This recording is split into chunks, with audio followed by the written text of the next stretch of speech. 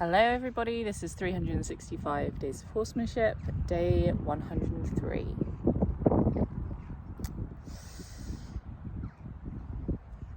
It's funny, as I was coming up to film this today, I was thinking, gosh, it's going to be so boring.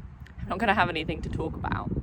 I feel like in my real life, not that this isn't my real life, but you know, the life I live when I'm not talking to you on these videos, I feel very pressurized at the moment. I have lots and lots of other jobs to do. This year is kind of marking what I'm hoping is the final leg of the journey in a good decade of overworking myself.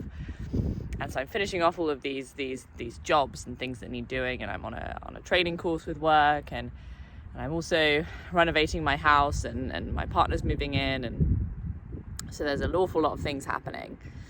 And so the amount of time that I have to spend up here is pretty small.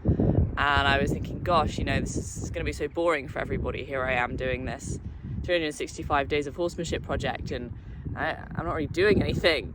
And then I came up today and I did one of my patented short visits where I just kind of spent 5 or 10 minutes with each horse. I still learned something, and it's a little bit every day, you know, but I think that's really the route to success, is just that little bit every day. Today I've been thinking a little bit about how it's a funny juxtaposition, because I think in some senses it's not about you, and I talked, I think yesterday, about not being so sort of self-centered, and remembering that actually the horse's emotions and the session that you have and the behavior that the horse displays it's not always about you, and actually there's a lot of other factors in the environment that need to be considered, and sometimes you need to kind of get out of your own head and kind of look around and stop making everything about you. But then on the flip side of that, also I think in horse training, I think particularly when you're trying to learn how to communicate with horses, which I think is really my goals, it also really kind of is all about you, because I think it for me anyway, this journey just has to come hand in hand with a journey of personal growth, and whatever you want to call that, you know, meditation, self-awareness, some people call it shadow work, any of those kind of phrases meaning sort of looking inside and looking at kind of inner trauma and past trauma and your own behavior, and being self-reflective and learning about yourself and the way that you deal with things. And I think learning to communicate with the horses is almost sort of like looking in a mirror, and it's definitely something people have said before, and I think I'm sort of seeing it in a little bit of a different way at the moment. I came up to see Lawrence. I just really had it in my head, like, you know, it's 5 minutes. It's just 5 minutes. We're just going to come. We're going to be together. We're going to hang out. We're going to hope for something good to happen. And that's going to be it. And he was down resting by the shelter. It's not nearly so hot today. It's not too bad. And it's about sort of 23, so sort of quite pleasant, really, compared to 37, 38 that we had yesterday. But he was resting next to the shelter, and he sort of happily took a few steps over to come and see me when I arrived, and had a little stroke and a scratch and a massage. He's very itchy. He's too itchy, I think. I'm gonna maybe look at treating him. Not really sure what for. I had a sort of quick little look. I couldn't see any mighties or nitties or anything like that, but might look at perhaps some sulfur or something. Do a bit of reading, see what the evidence suggests that we use now to treat itchy horses. My go-to in the past would have been sulfur, a little bit of sulfur in the food and a little bit of sulfur along the dorsal line. But I don't know if that's considered best practice anymore. Things change really quickly, or they can do. Moon dust. Got a coughing boy as well. Yeah, so I came to see him, and I don't know, it was really nice, actually. I was scratching and itching and massaging and just playing around, and I started to get that feeling that I was only just here to just serve his needs. And so I thought, well, I'll just add in a little bit of my needs and I'll just ask about yields. And so I asked at his left shoulder, and I was just rocking, and then he moved away. So I moved to his left hind and I rocked, and he moved away. So then I moved to his right hind and I rocked, and he moved away. Then I moved to his right fore and I rocked, and he turned his head around to me. So I started scratching him. And I scratched him for a little bit, gave him a little rub around his head, around his neck. And he stopped and he licked and chewed. I was like, oh, that's so nice. Like, I feel like he's learned something from that experience, that actually the way to relieve the discomfort of me rocking him is to engage with it, is to be curious about it. To be curious about this new thing that's happening. And equally, you know, that I feel like something's been achieved. And I kind of realized that I think one of the problems that I've always had with the horses is not really knowing how to ask questions or ask for something in a polite way. And I think when I look back across my life, that's something that's definitely reflected in my past experiences. I think that for me, across my life, I think I've experienced, I suppose, submission. I guess I would have always said, oh, you know, I'm very flexible, I'm very helpful. But actually, you know, I'm a bit of a yes man, and I just say yes to everything, and I'll do anything for anybody. And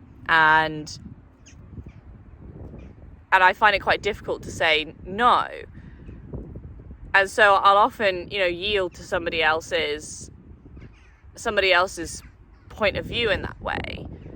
Or if I'm not going to do that, then I am completely resolute and stubborn and dominant about the fact that this is my opinion and this is how it is, and I feel this way about it.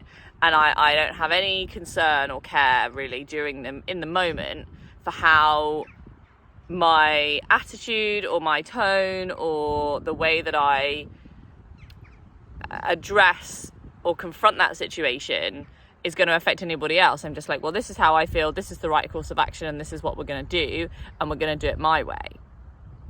And I think that that's something that's been reflected across my relationships in my life, and I think it's also been something that has been reflected in my relationships with my horses. You know, either I'm completely gentle and I want to just be their friend and be a follower and be a partner, and I don't want to ask them any questions at all, or I get really determined and I want to make this thing happen, and then it's like, I've decided what way we're going to do it, and we're going to do this thing because we've got to do the thing and we have to complete the task. And I think I'm now starting to feel like, you know, if this one end of the spectrum here and the other end of the spectrum now, I think I'm sort of now starting to learn how to be in the middle, learn how to ask questions in a more positive way, and how to create answers in that way as well. And I think that that's definitely what happened today, is I was able to ask questions in a way that was slightly uncomfortable, not enough to disrupt our relationship so badly to the point where we lost the connection, and in the end ended up getting a positive result. And it's a really small question, but I think that's where, you know, you've got to start. You know, like, it's like you can't learn to run before you learn to walk, and I think that all of these really short sessions have been really good for teaching me that. Definitely, like today with Lawrence, I definitely felt like we had that first moment. I went, like we need more time now. Like, I'm really starting to get to a place where I feel like I could play with him for longer sometimes. And that's something that I really want to build into my schedule now.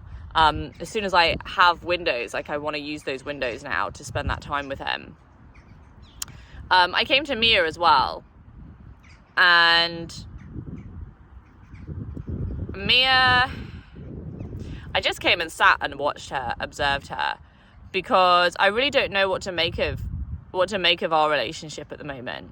And I'm just kind of trying to start again from the beginning, in my mind, just rethink everything through and just try to find the new opening, the new opportunity, because the path that we were on before, those doors have closed for a while now because of her injury. And so now it's about finding new doors and new places. And it took me a while to accept that emotionally.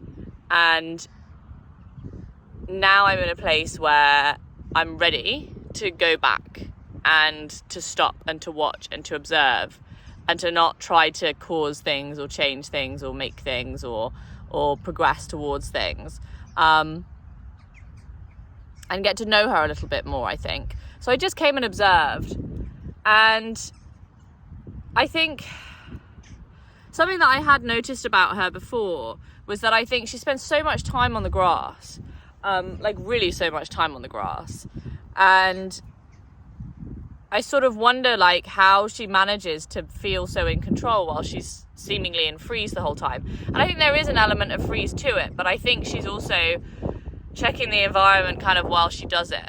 She doesn't feel the need to put her head up that often. And I think just watching her, I think I kind of started to realise that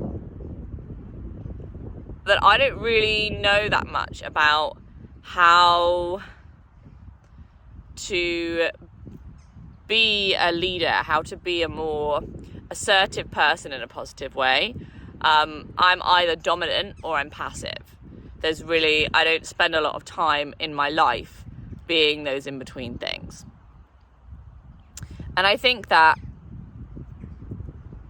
especially when you're dealing with horses, you know, it's like I don't really know that many examples, and I think we don't see that many examples because not very many of our horses live in a natural environment where they have time to become emotionally healthy and deal with other horses in emotionally healthy ways. So I think I need to start to experiment, start to try ideas about how to be assertive in ways that don't progress into dominance, where I can just create. And what I want is to create focus changes. You know, I want to start encouraging her to be more interactive with the world. I think that's how she starts to feel more comfortable. She doesn't feel like she needs to have this comfort crutch of the food all the time. But how do I influence her to do that when she's so determined to sort of force me to dominate her in order to make it happen? How do I be effective without going there? So it's a question. I don't know the answer yet, for sure. And today I think I just came and I discovered the question. I don't really know what path I'm going to take to try to find that out.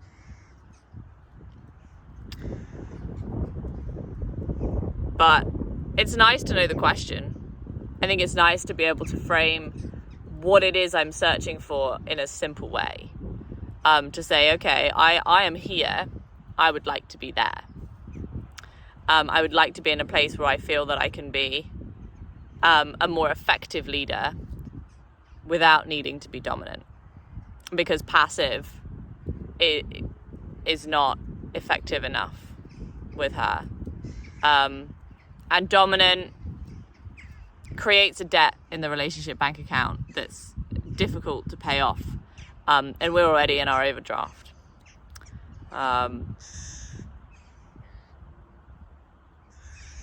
So yeah, we'll see. Interested to see where it goes. And I'm very pleased with how things are going with Lawrence. So that's really nice as well.